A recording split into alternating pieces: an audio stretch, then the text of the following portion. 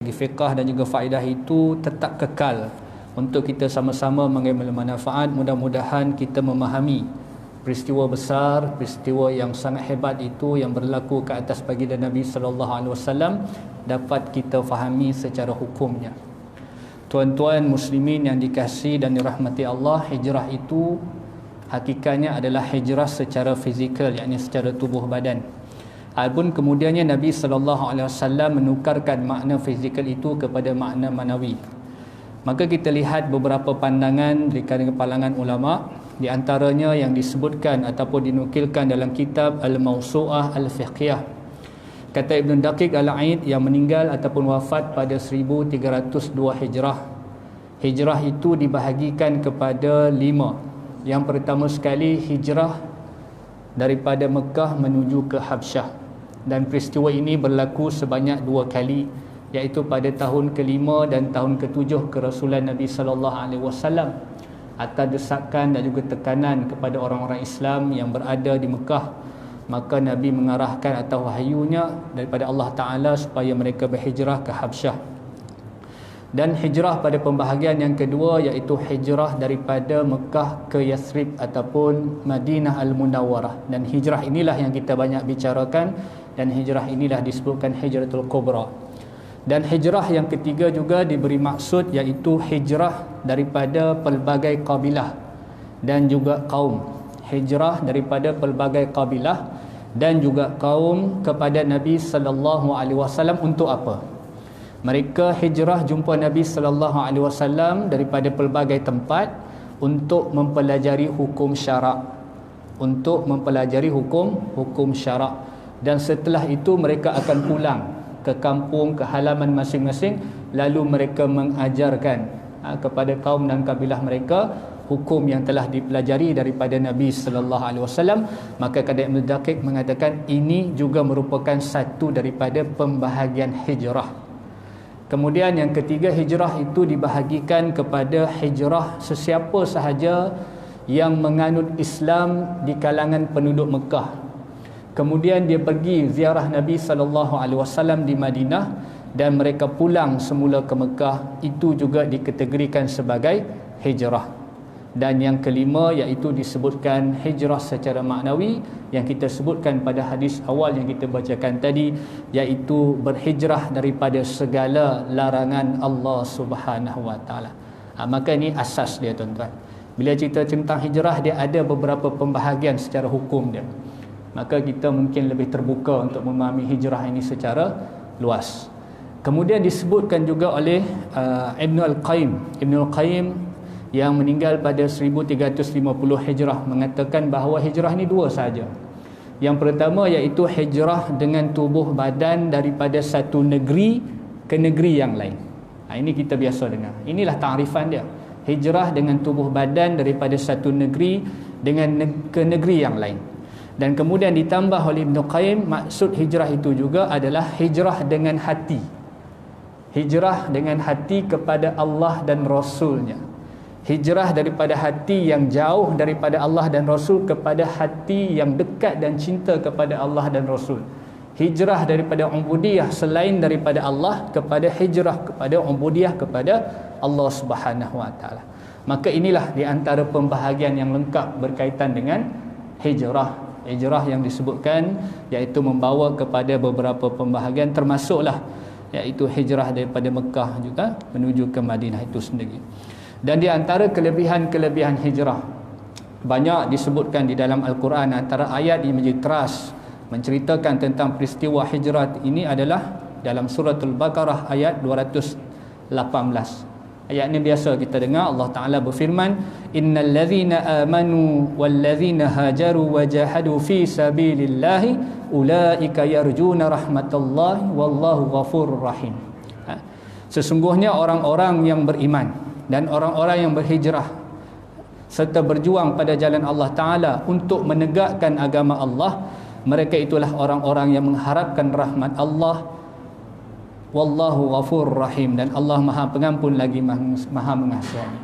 Nanti di antara ayat-ayatnya seperti mana juga disebut dalam surah Ali Imran ayat 195, disebut di dalam surah Al-Anfal ayat 72, ayat 74 dan 75, Dalam surah yang lain iaitu surah Taubah ayat 20 hingga 22. Dalam surah An-Nahl ayat 110 dan banyak lagi beberapa ayat yang disebutkan di dalam Al-Quran menceritakan tentang fadilat ataupun kelebihan hijrah itu sendiri secara khusus. Adapun di dalam hadis juga disebutkan secara banyak tuan-tuan. Antaranya yang menjadi kekuatan kepada umat Islam untuk melaksanakan tuntutan agama ini adalah sabdaan Nabi sallallahu alaihi wasallam, yang mana satu hari Nabi sallallahu alaihi wasallam bersabda. Nabi bagi tahu kepada sahabat nama Amr bin Al-As radhiyallahu anhu. Kata Nabi sallallahu alaihi wasallam, "Ama alimta anna al-Islam yahdibu ma kana qablahu wa anna al-hijrata tahdibu ma kana qablaha wa anna al-hajja yahdibu ma kana qablahu." Kata Nabi kepada Amr, dia kata apa? Apakah kamu tahu bahawa ama alimta annal Islam yahdibu ma kana qablahu, bahawa Islam boleh menghapuskan dosa sebelumnya, wa annal hijrata tahdibu ma kana qablaha, dan al-hijrah, dan hijrah itu boleh menghapuskan dosa kesemuanya, wa annal hajja yahdibu ma kana qablahu, dan ibadah haji itu juga boleh menghapuskan dosa kesemuanya. Subhanallah tuan-tuan. Nabi bagi tahu secara khusus 3 amalan, 3 ibadah ini ganjarannya sangat-sangat besar. Kata Al-Imam Nawawi rahimahullah ta'ala dalam hadis ni tuan-tuan mengatakan bahawa menunjukkan betapa besarnya kedudukan Islam, kedudukan haji dan juga kedudukan hijrah itu, yang mana setiap satunya menghapuskan sebarang dosa yang dilakukan sebelumnya. Ini kelebihan hijrah disebutkan di dalam hadis, digandingkan bersama yang namanya Islam, yang namanya haji. Ibadah haji begitulah tuan. Dalam satu hadis menyebutkan bagaimana Nabi SAW bersabda, siapa yang melaksanakan ibadah haji semata-mata kerana Allah, falam yarfutu falam yarfusu walam yafsuku, dan dia tidak mengeluarkan kata-kata yang keji dan dia tidak melakukan perkara-perkara fasik, iaitu keluar daripada ketaatan, apa ganjarannya? Kata Nabi SAW, maka ia akan kembali seperti bayi yang baru dilahirkan oleh ibunya. Maknanya dia tak ada dosa tuan-tuan. Tapi syaratnya apa? Lillahi ta'ala, semata-mata ibadah itu dilakukan kerana Allah. Walam yarfusu, dia tak cakap benda-benda yang keji. Wala yafsuku, dan dia tak buat benda fasik. Benda fasik ni ulama bagi tahu antaranya adalah kita melakukan dosa-dosa ini secara berterusan tuan-tuan. Ini di antaranya. Maka inilah antara yang disebutkan di dalam hadis Nabi sallallahu alaihi wasallam, kelebihan yang cukup besar pada satu ibadah ataupun satu amalan yang nama hijrah Nabi sallallahu alaihi wasallam. Baik tuan-tuan. Kemudian kita beralih kepada hukum hijrah itu sendiri. Kita nak cerita hijrah ini dari sudut pandang fiqh dan juga faedahnya. Mungkin tak boleh kita nak rungkaikan kronologi satu demi satu sampailah Nabi SAW sampai ke Madinah itu sendiri, tapi sekurang-kurangnya kita mengambil beberapa manfaat daripada faedah hijrah ini. Hukum hijrah ini sepakat para ulama mengatakan bahawa wajib berhijrah. Wajib berhijrah daripada negeri kafir apabila seseorang itu terpaksa melakukan maksiat. Contoh disebutkan antaranya oleh Dr. Mustafa Al-Bughah mengatakan, iaitu seorang ulama Syariah tuan-tuan yang kita kenal, kitabnya Fiqh Al-Manhaji, mengatakan bahawa hijrah daripada bumi kafir ke negeri Islam adalah wajib ke atas seseorang Muslim yang tidak dapat bertahan dalam menzahirkan agamanya. Dia duduk satu negeri, diperintah oleh orang kafir, dan kemudian dia tidak dapat mempertahankan ajaran agama, dia tidak dapat menzahirkan ajaran agamanya.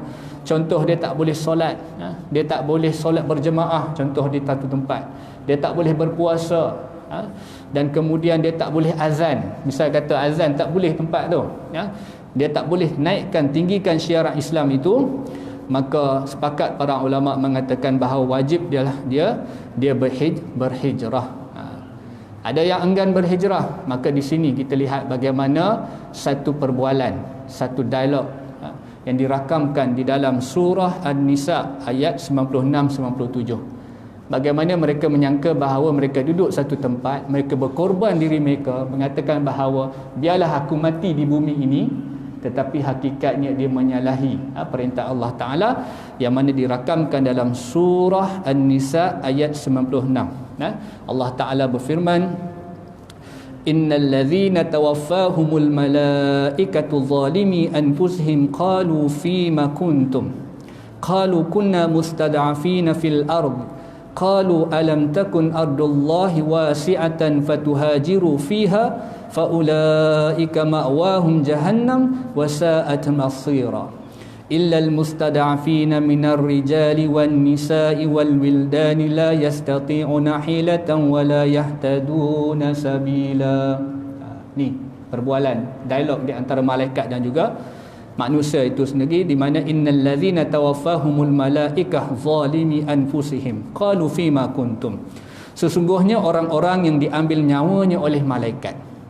Malaikat ni mencabut nyawa orang-orang ini, maka semasa mereka sedang menganiaya diri mereka sendiri.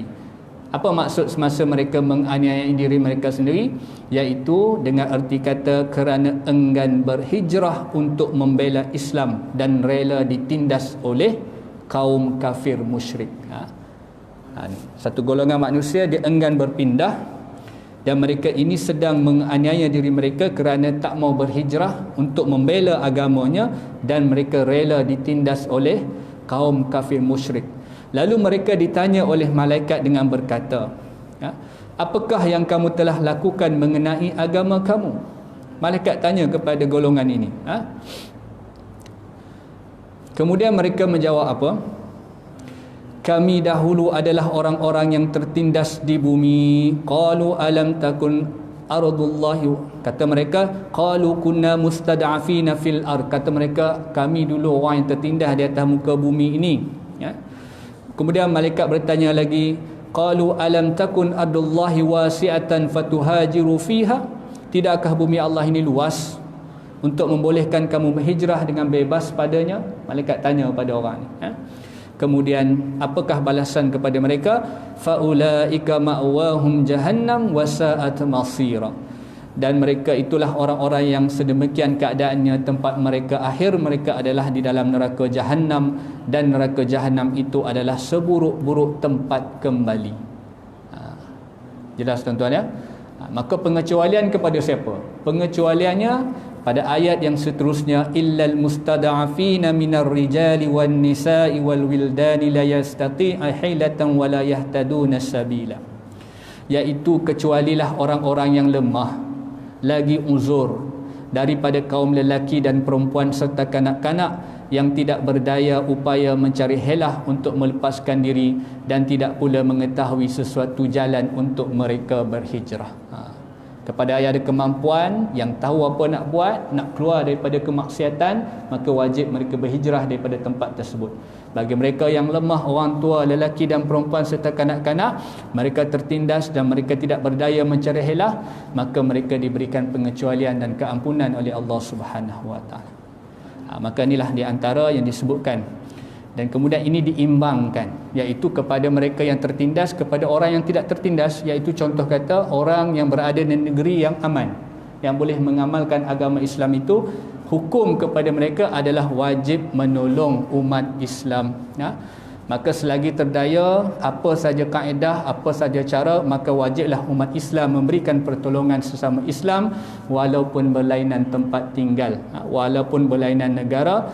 Dan ini sepakat menegaskan, ulama mengatakan bahawa supaya membantu dan menolong umat Islam itu hukumnya wajib.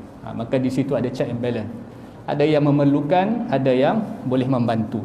Begitulah kita umat Islam ni saling kukuh mengukuh, saling bantu membantu. Baik, tuan-tuan muslimin yang dirahmati dan kasih Allah, kita lihat dalam kronologi hijrah yang berlaku itu, apabila berkumpulnya pembesar-pembesar musyrikin Mekah ketika itu untuk mengapa-apakan Nabi sallallahu alaihi wasallam di satu tempat, yang mana tempat itu dikenali sebagai Darun Nadwah, dan tempat itu sebenarnya diasaskan oleh nenda baginda Nabi sallallahu alaihi wasallam sendiri, iaitu Qusay. Bagaimana satu tempat yang diasaskan oleh keturunan Nabi sendiri tetapi digunakan dengan cara yang salah. Kita melihat apabila mereka berjumpa dan kemudian membuahkan beberapa cadangan, akhirnya bersetuju untuk membunuh Nabi sallallahu alaihi wasallam, maka Nabi sallallahu alaihi wasallam juga mengatur strateginya, mengatur gerak langkahnya, pergi ke rumah Sayyidina Abu Bakar pada waktu yang orang tak keluar tengah hari panas, tuan-tuan. Untuk apa? Untuk merancang sesuatu. Ini kita nak ambil satu faedah ataupun fiqh yang ada padanya. Yang pertama, mengatakan bahawa kita kena yakin kepada Allah dan janjinya. Kerana inilah kesikahan Nabi SAW. Nabi turut saja apa yang Allah perintahkan, dan yakinlah tentera Allah, jundullah itu amat ramai. Sama ada terdiri daripada kalangan makhluk namanya manusia ataupun terdiri daripada malaikat. Dan kalau kita melihat perancangan yang rapi dan tersusun, yang penuh strategi, akhirnya membuahkan kejayaan, justru untuk mendapatkannya kita sebagai orang Islam mestilah menguasai, iaitu ilmu, menguasai teknologi, menguasai persenjataan yang diperlukan, satu kemestian pada hari ini kepada umat Islam. Jangan kita beri kepada kuasa-kuasa yang ataupun bidang-bidang yang penting ini kepada orang yang bukan Islam. Kerana itulah kekuatan umat Islam pada hari ini, perlukan kepada perancangan yang rapi. Seperti mana Nabi SAW juga melakukan perkara yang sama, merancang. Nabi ikhtiar melakukan sesuatu yang sangat bijaksana, tuan-tuan.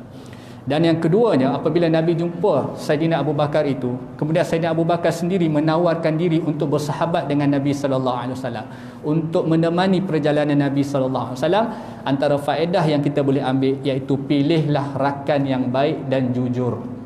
Hidup kita ni, tuan-tuan, mesti ada kawan-kawan, sahabat-sahabat yang kita yakin dia ni waktu susah, waktu senang ada sama dengan kita. Dia ni satu orang yang jujur, yang baik. Kerana apa? Kerana rata-rata gagalnya perjuangan kita, gagalnya misi kita, apalah, tak kisahlah masyarakat ke ataupun kita punya organisasi dan sebagainya. Kerana apa? Kebanyakan dijatuhkan oleh orang dalam sendiri. Gagalnya kita ni, tuan-tuan, kebanyakan orang yang terhampir dengan kita menjatuhkan kita. Maka dalam peristiwa hijrah ini, faedah yang kita dapat bagaimana Nabi memilih sahabat-sahabat yang betul-betul bersedia jiwa dan raga, tuan-tuan.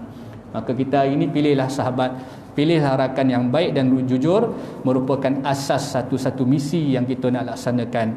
Kerana banyak benda yang gagal ini disabotajkan oleh orang dalam kita sendiri. Kita lihatlah, bukalah mata kita seluas-luasnya. Apa yang berlaku pada hari ini, tuan-tuan, dalam apa bidang sekalipun, itulah hakikat dia. Maka ambil pengajaran, Nabi SAW pilih orang yang betul-betul bersedia menjadi peneman dia dalam peristiwa hijrah Nabi SAW. Begitulah kasihnya Sayyidina Abu Bakar kepada Nabi SAW, dan sebaliknya begitulah juga kasihnya Abu Bakar itu kepada Nabi, dan Nabi SAW juga mengasihi Sayyidina Abu Bakar itu sendiri. Dalam peristiwa kita melihat bagaimana berkumpulnya orang-orang pembesar-pembesar musyrikin Mekah ini, menunjukkan bahawa musuh-musuh Islam ini sanggup bersatu untuk mereka mengalahkan musuh mereka, walaupun hakikatnya mereka bercakaran sesama sendiri.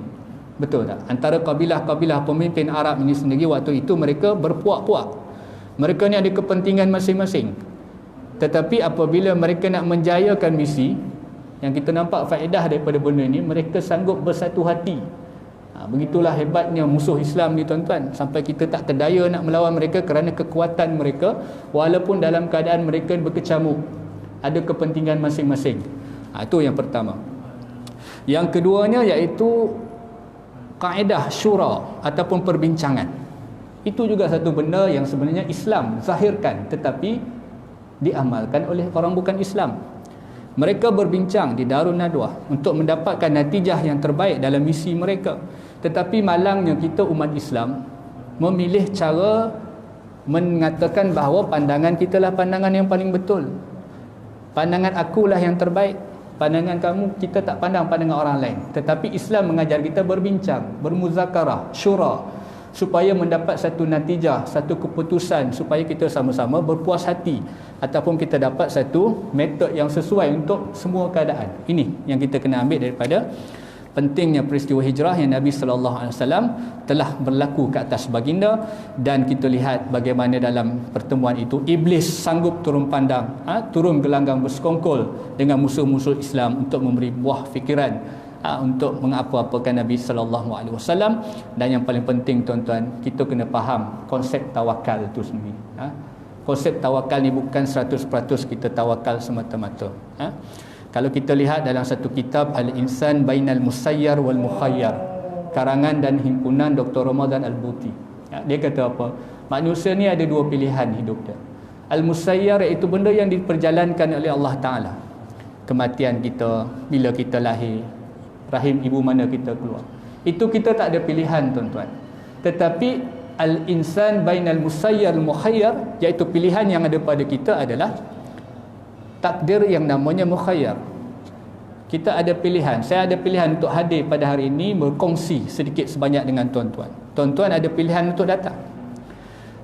Kita ada pilihan untuk ikhtiar ubat apa yang berlaku atas kita hari ini. Lalu kita ambil vaksin. Contoh, ini ikhtiar kita. Benda yang sebenarnya kita kena usahakan. Itu yang dilakukan oleh Nabi SAW. Nabi berjumpa pada waktu yang sangat tepat, berjumpa dengan Saidina Abu Bakar pada waktu yang orang lain tak keluar pada tengah hari yang panas, lalu berbincang dengan Abu Bakar. Kemudian Saidina Abu Bakar bukan duduk diam, merancang sesuatu, meletakkan kebanyakan majoriti darah dagingnya untuk membantu menjayakan peristiwa hijrah ini. Asma binti Abu Bakar, Abdullah binti Abu Bakar, hambanya sendiri, tuan-tuan, anak lelakinya sendiri, tuan-tuan.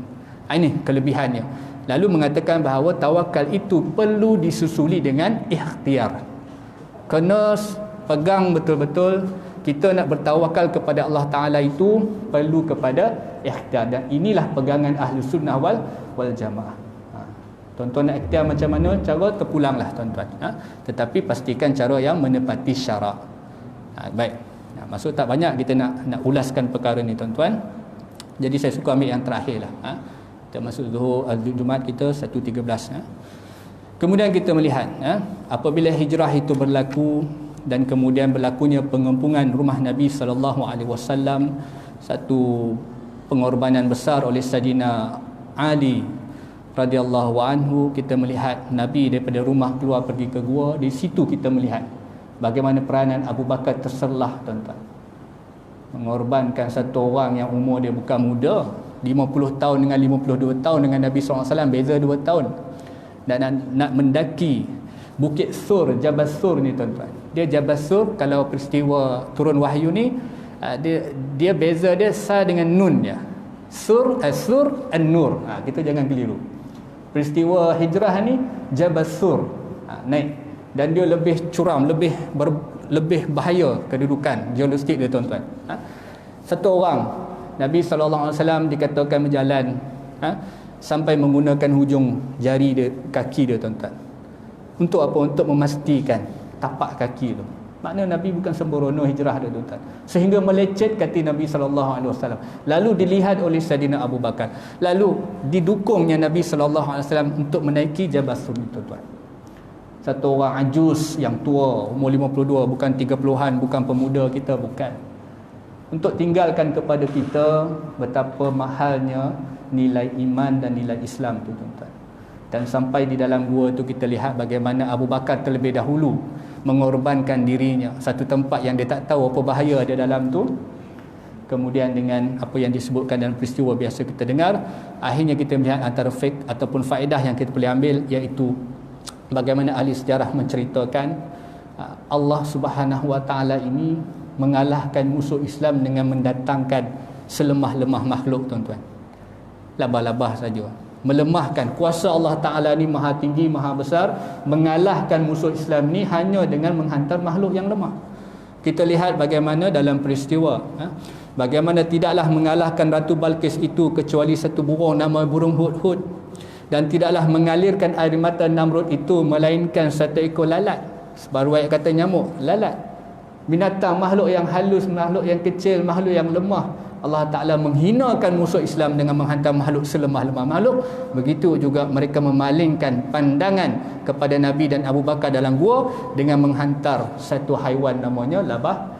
Sebagai riwayat kata, merpati yang bertelur tenang di pintu gua itu, menyebabkan mereka berpaling dan beredar daripada gua untuk mencari Nabi SAW. Banyaklah, tuan-tuan, ataupun fiqh ataupun faedah yang kita lihat dalam peristiwa hijrah Nabi SAW. Jadi saya suka akhiri, mudah-mudahan kita berjumpa pada perkongsian yang akan datang betapa mahalnya nilai hijrah dan dan juga yang disebutkan ini bukan dari segi maknawi semata-mata, tetapi juga kita kena faham dari segi hukum fiqh dan juga faedah yang terdapat di dalamnya. Wallahu taala alam. Aku liqauli hadza astaghfirullahal azim. Assalamualaikum warahmatullahi wabarakatuh.